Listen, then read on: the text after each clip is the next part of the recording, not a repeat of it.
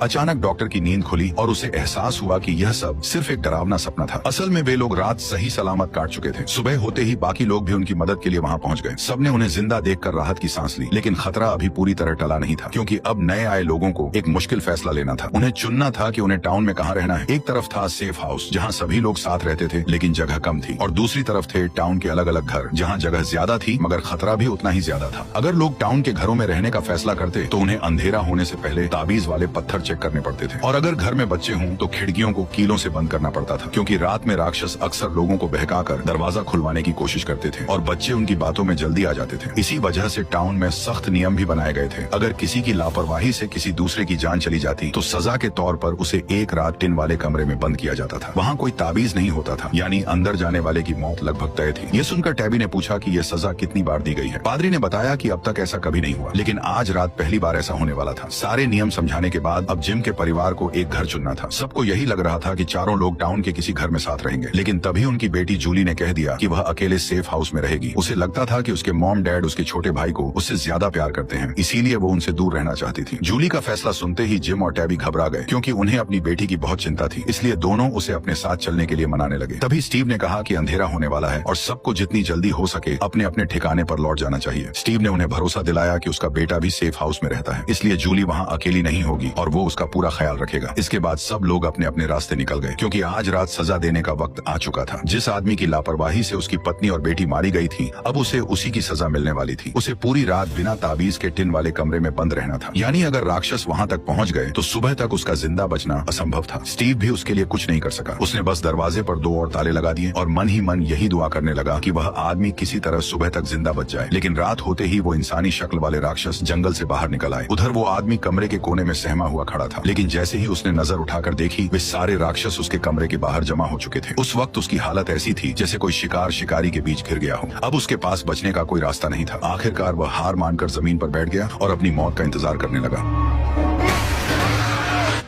अगली सुबह जब स्टीव उस टिन वाले कमरे तक पहुंचा तो अंदर का नजारा देखकर उसके होश उड़ गए। उन खूंखार राक्षसों ने उस आदमी के शरीर को बुरी तरह चीर फाड़ डाला था, लेकिन ये भयानक नजारा देखने के बाद भी स्टीव जरा भी नहीं घबराया, क्योंकि वह ऐसे खौफनाक मंजर पहले भी देख चुका था। मगर इस घटना के बाद भी मौत का ये सिलसिला रुका नहीं। इस बार मामला सीधे रेस्टोरेंट तक जा पहुंचा। जिम का परिवार अभी अभी इस टाउन में आया था, इसलिए स्टीव उन्हें रात के नियम समझा ही रहा था कि तभी अचानक सारा की बांह अजीब तरह से फूलने लगी और अगले ही पल उसके हाथ पर डरावने अक्षरों में किल द बॉय उभर आया। साफ था कि इसका कनेक्शन किसी न किसी तरह जिम के बेटे से जुड़ा हुआ था, लेकिन इससे पहले कि वो कुछ समझ पाती, उसका पूरा शरीर जोर जोर से कांपने लगा और अगले ही पल वह जमीन पर तड़पने लगी। लेकिन डरावनी घटनाएं यहीं पर खत्म नहीं हुई, क्योंकि उसी वक्त सेफ हाउस की तरफ कुछ ऐसा हो रहा था जो इससे भी ज्यादा